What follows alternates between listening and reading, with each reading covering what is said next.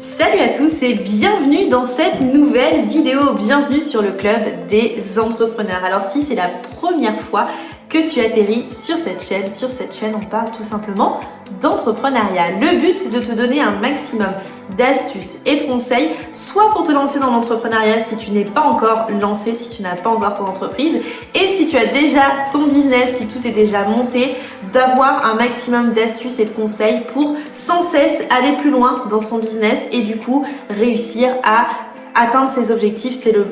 C'est vraiment le but aujourd'hui de cette chaîne. Alors si tu n'es pas encore abonné, n'hésite pas à t'abonner en cliquant sur s'abonner juste en dessous et en cliquant sur la cloche juste à côté qui te permettra d'être informé dès qu'une nouvelle vidéo sort. Alors cette semaine, on va parler d'un nouveau sujet. On va parler d'apprendre à déléguer quand on a une entreprise. Alors, si tu as déjà une entreprise et que tu délègues déjà, tant mieux. Et tu es sûrement passé par ce moment où tu t'es dit « Il faut absolument que je délègue, mais je ne gagne pas encore assez d'argent. » Alors, il faut savoir aujourd'hui que moi, je suis énormément passée par là ces derniers temps. J'ai démarré donc mes activités il y a maintenant 2 ans. D'abord sur une activité de recruteur en freelance sur lequel j'avais pas besoin de déléguer.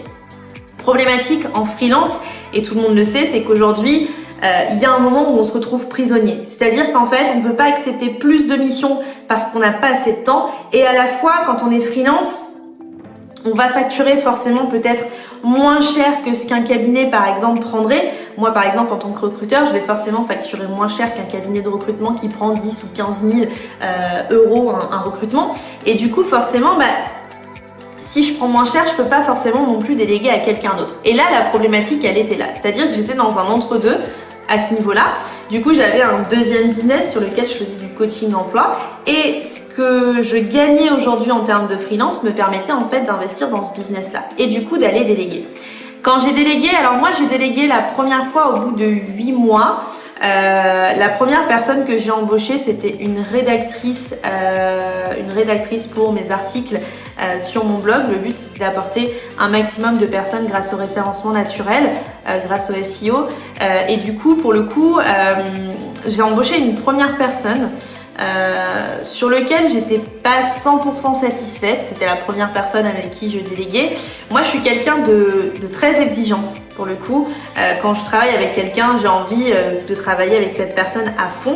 Et ma plus grosse difficulté, ça a été en fait de faire confiance à ces personnes-là. Alors moi, je suis quelqu'un pour le coup qui, quand je délègue, je laisse pas 50 000 chances. Je laisse 3 chances. Si au bout de la 3e chance, je vois que ça me plaît pas, on s'arrête là et voilà. Et c'est le but aujourd'hui d'avoir des freelances aussi, c'est de pouvoir s'arrêter quand on veut.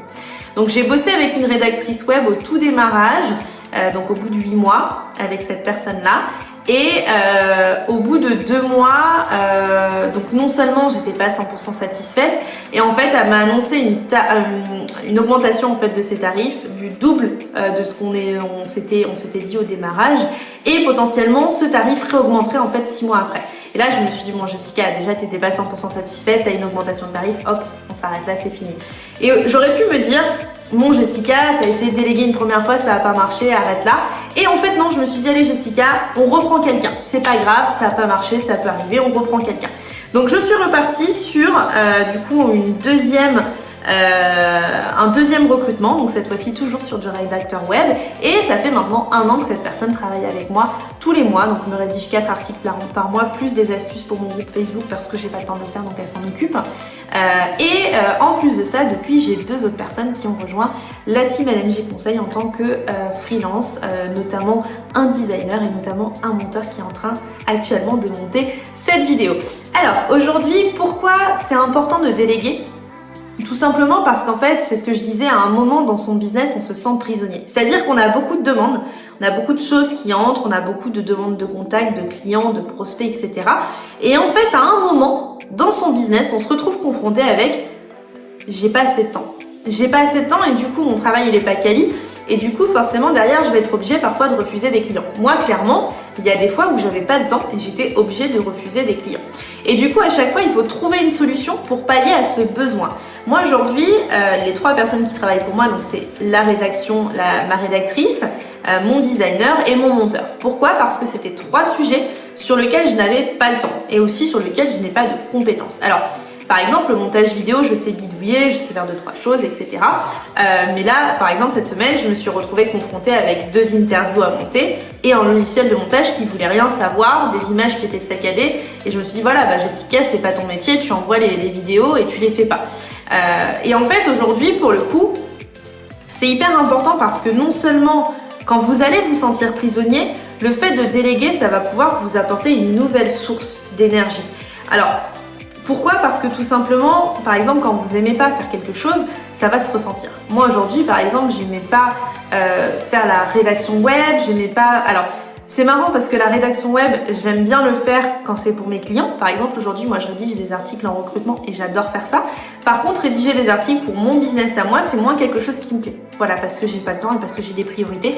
Et du coup, c'est forcément des choses que je mettais en retrait. Donc, non seulement... quand vous aimez pas faire quelque chose, ça se ressent. Donc pour moi, c'est important déjà de déléguer des choses dans lesquelles on n'est pas expert. Alors attention, il faut quand même déléguer des choses que vous avez déjà fait. Moi, par exemple, le montage vidéo, avant de le déléguer, je le faisais. Alors je le faisais pas au point de mon monteur, mais je le faisais. Le design des miniatures de mes chaînes YouTube, par exemple, je le faisais. C'est pas quelque chose aujourd'hui qui m'animait, pour le coup. Donc c'est vraiment important aujourd'hui de se dire, ok, j'ai aujourd'hui telle chose dont j'ai besoin d'avancer, sur laquelle je n'ai pas le temps de me focus, du coup je vais prendre quelqu'un, mais toujours se dire aujourd'hui, je vais déléguer, peut-être que ça va pas se ressentir tout de suite, peut-être que ça va pas m'apporter tout de suite le résultat escompté, mais au bout d'un moment, ça va rapporter. Moi, quand j'ai commencé à déléguer la rédaction web, je pensais que effectivement au démarrage c'était pas top, mais en fait je me suis rendu compte que j'avais des visites sur mon site internet que je n'avais pas avant. Donc j'arrivais à avoir du trafic grâce au référencement naturel et ça c'est le côté top. Le montage vidéo, ça s'est pas ressenti tout de suite, mais aujourd'hui ça commence à se ressentir. Les vidéos sont plus qualitatives, donc j'ai plus de personnes qui s'abonnent, donc j'ai plus de visites, etc. Donc ça c'est le côté sympa. Le design, je l'avais souvent négligé entre guillemets, je me disais que la miniature c'était pas si important que ça, et pourtant la miniature c'est ce qui peut tout faire sur YouTube, c'est ce qui va faire qu'on va cliquer.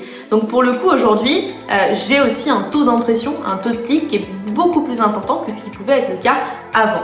Donc aujourd'hui il faut savoir que déléguer ça vous rapportera toujours, ça vous rapportera pas tout de suite, mais ça finira par vous rapporter. Moi ce que je vous conseille, dès que vous avez un petit peu d'argent que vous pouvez déléguer, faites-le.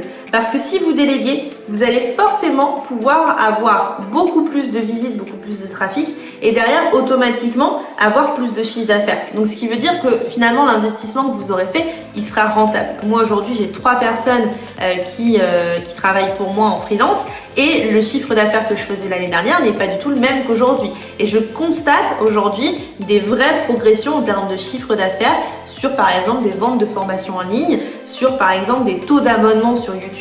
On le voit, ça se ressent, ça se remarque, les analytics sont beaucoup mieux. Donc, ça veut dire que forcément, ce travail, aujourd'hui, que je propose de faire à des freelances, il paye. Et ça, c'est important. Aujourd'hui, ce qu'il est important aussi quand vous déléguez, c'est de se dire, ok, qu'est-ce que je délègue? Et déléguer des choses qui sont utiles. Ne déléguez pas une tâche uniquement parce que vous vous dites, ouais, je vais déléguer cette tâche parce que j'ai pas le temps. Non, ne déléguez pas cette tâche juste parce que vous n'avez pas le temps et juste parce que vous aimez pas. Déléguez une tâche sur laquelle vous pensez que vous pouvez avoir de la véritable valeur ajoutée et sur une tâche où vous savez que cette valeur ajoutée, c'est pas vous aujourd'hui qui pouvez l'apporter. Ça, c'est important.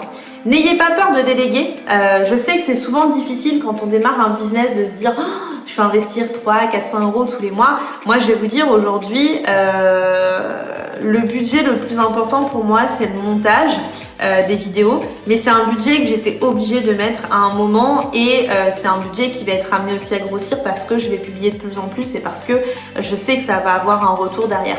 Aujourd'hui, par exemple, la rédactrice web, elle me coûte moins de 100 euros tous les mois. Pour 4 articles et une astuce par semaine sur mon groupe Facebook.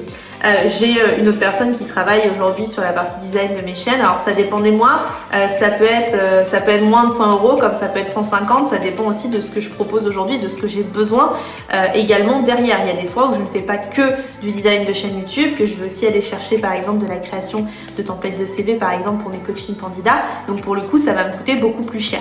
Mais tout cet argent aujourd'hui que j'ai investi, je sais que je vais le retrouver derrière en chiffre d'affaires et que ça va me permettre derrière de pouvoir vraiment évoluer. Et ça, c'est important. Il faut pas avoir peur aujourd'hui de se dire ok, j'ai un petit budget et je vais pas trouver. Déjà, si aujourd'hui vous avez un petit budget et que vous voulez déléguer, échangez avec beaucoup de personnes. Faites des tests. Moi aujourd'hui, je vais pas vous mentir, il y a 2 personnes que j'avais pris en freelance, notamment une rédactrice web et un monteur, sur lequel ça n'a pas marché.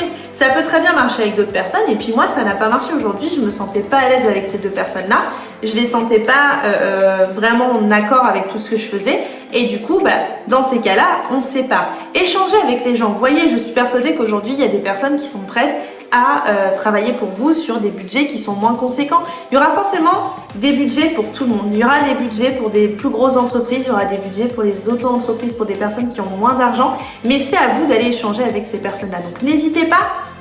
Moi, je travaillais beaucoup avec Codeur, je mettais beaucoup d'annonces sur Codeur. Là, j'espère le prochain recrutement, ça sera une assistante virtuelle pour m'aider parce que j'ai énormément de choses à faire et que je ne peux pas tout faire. Donc la prochaine chose à faire, ce sera ça. En tout cas, voilà, j'espère qu'aujourd'hui, si vous êtes dans ce moment où vous vous dites je dois déléguer ou je commence à gagner de l'argent mais je sais pas quoi en faire, pensez toujours à déléguer, pensez toujours à investir dans quelque chose qui va pouvoir vous rapporter derrière. Ça, c'est le plus important.